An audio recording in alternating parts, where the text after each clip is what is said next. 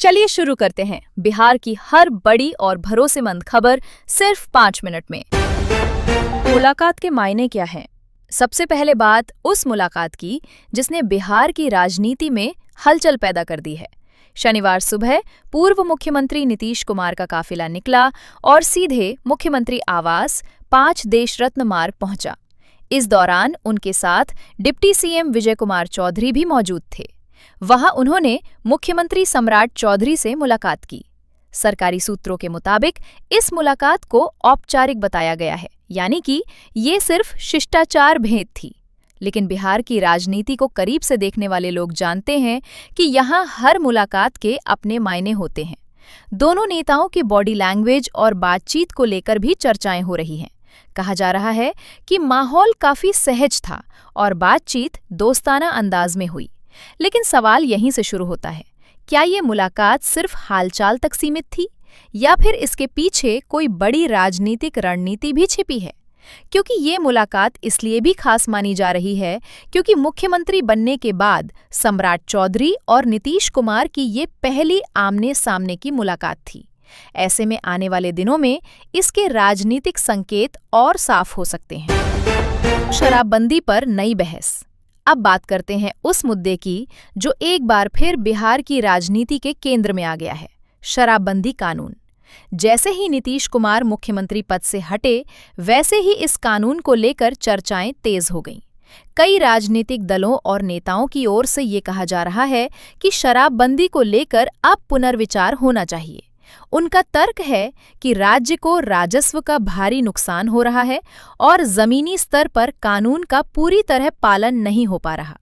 कुछ लोग ये भी कह रहे हैं कि अवैध शराब की बिक्री और होम डिलीवरी जैसी समस्याएं इस कानून को कमजोर कर रही हैं।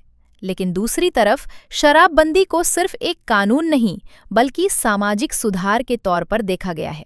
इसका मकसद था घरेलू हिंसा में कमी, गरीब परिवारों की आर्थिक स्थिति में सुधार, समाज में नशे के दुष्प्रभाव को कम करना। नीतीश कुमार ने कई बार सार्वजनिक रूप से कहा था कि शराबबंदी उनके लिए एक सिद्धांत का विषय है और इसे किसी भी हालत में खत्म नहीं किया जाएगा। अब सवाल ये उठता है, क्या सम्राट चौधरी की सरकार इस कानून को जारी रखेगी या फिर इसमें बदलाव या ढील देखने को मिल सकती है?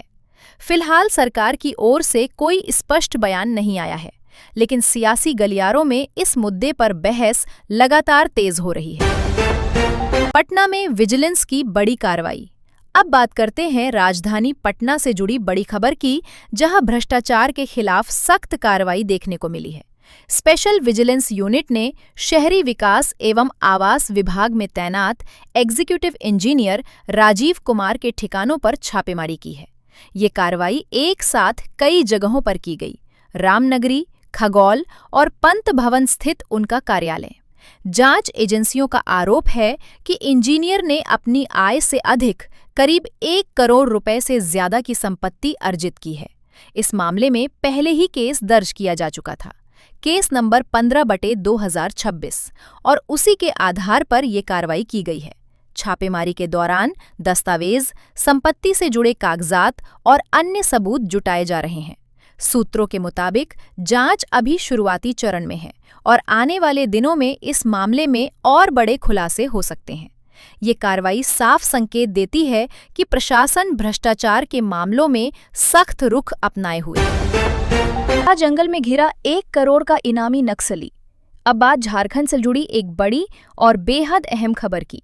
कुख्यात नक्सली कमांडर मिसिर बेसरा, जिस पर 1 करोड़ रुपए का इनाम घोषित है, अब खुद मुश्किल में फंसा नजर आ रहा है।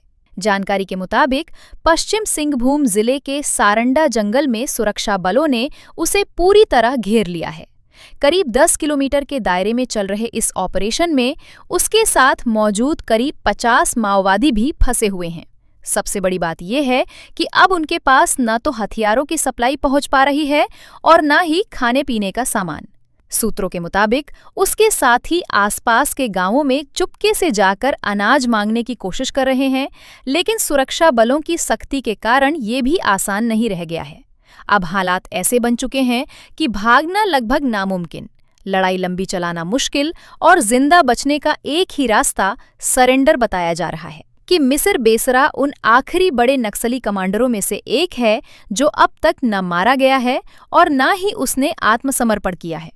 ऐसे में आने वाले दिनों में ये ऑपरेशन निर्णायक मोड़ पर पहुंच सकता है। जब पाकिस्तान में गूंजी थी बिहार के विकास की चर्चा, अब बात एक ऐसी खबर की जो राजनीति से जुड़ी होने के साथ साथ दिलचस्प भी है। पूर्व मुख्यमंत्री नीतीश कुमार को बिहार में उनके विकास कार्यों के लिए जाना जाता है, लेकिन एक समय ऐसा भी था जब उनकी चर्चा देश की सीमाओं से बाहर तक पहुंच गई थी। पाकिस्तान के पूर्व प्रधानमंत्री इमरान खान ने भी एक इंटरव्यू के दौरान उनकी तारीफ की थी।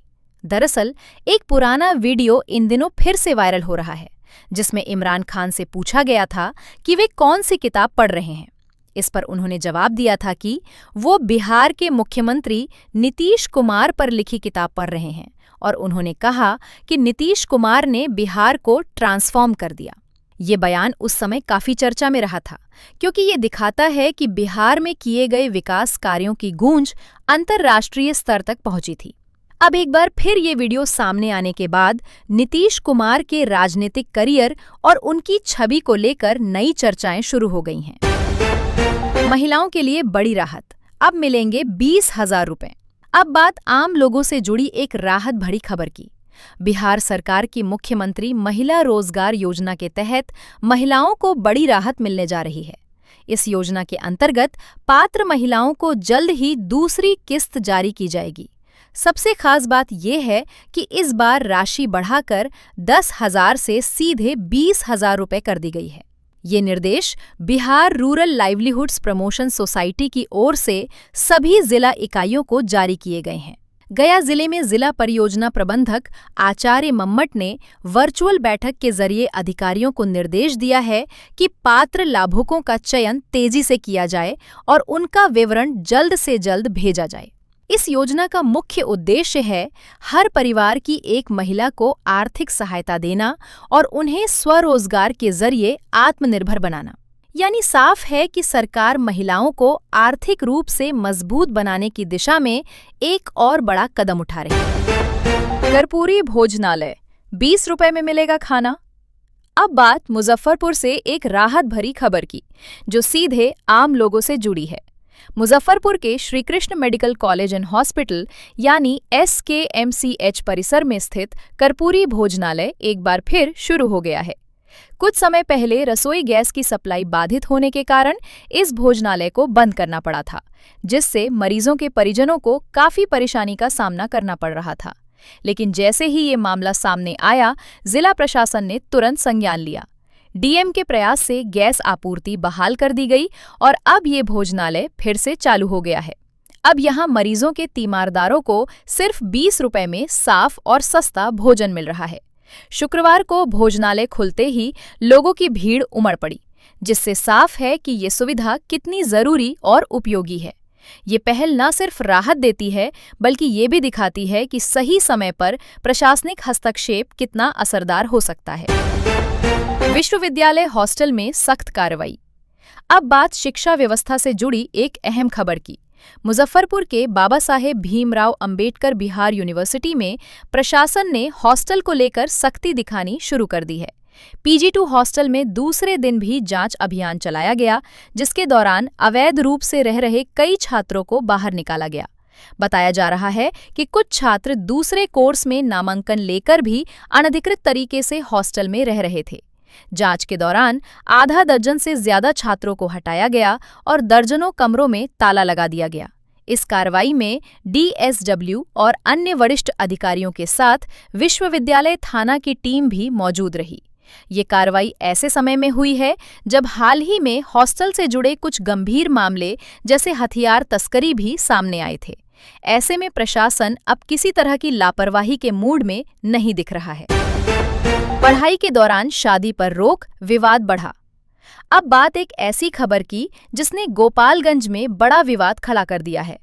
हथुआ स्थित GNM प्रशिक्षण संस्थान में एक नया आदेश जारी किया गया है, जिसके तहत छात्राओं को पढ़ाई के दौरान शादी करने पर रोक लगा दी गई है। और इतना ही नहीं, अगर कोई छात्रा इस आदेश का उल्लंघन करती है तो उसका नामांकन रद्द करने तक की चेतावनी दी गई है। इस फैसले के सामने आते ही छात्राओं और उनके अभिभावकों में असमंजस और नाराजगी का माहौल बन गया है। कई लोगों का कहना है कि ये फैसला छात्राओं की व्यक्तिगत स्वतंत्रता से जुड़ा मामला है और इस तरह का प्रतिबंध उचित नहीं है। मामले की गंभीरता को देखते हुए स्वास्थ्य विभाग ने भी संज्ञान लिया है। सीएस के निर्देश पर एसीएमओ ने जांच की है और प्राचार्य से 12 घंटे के अंदर जवाब मांगा गया है। अब देखना होगा कि जांच के बाद इस फैसले पर क्या कार्रवाई होती है और क्या ये आदेश जारी रहेगा या वापस लिया जाएगा।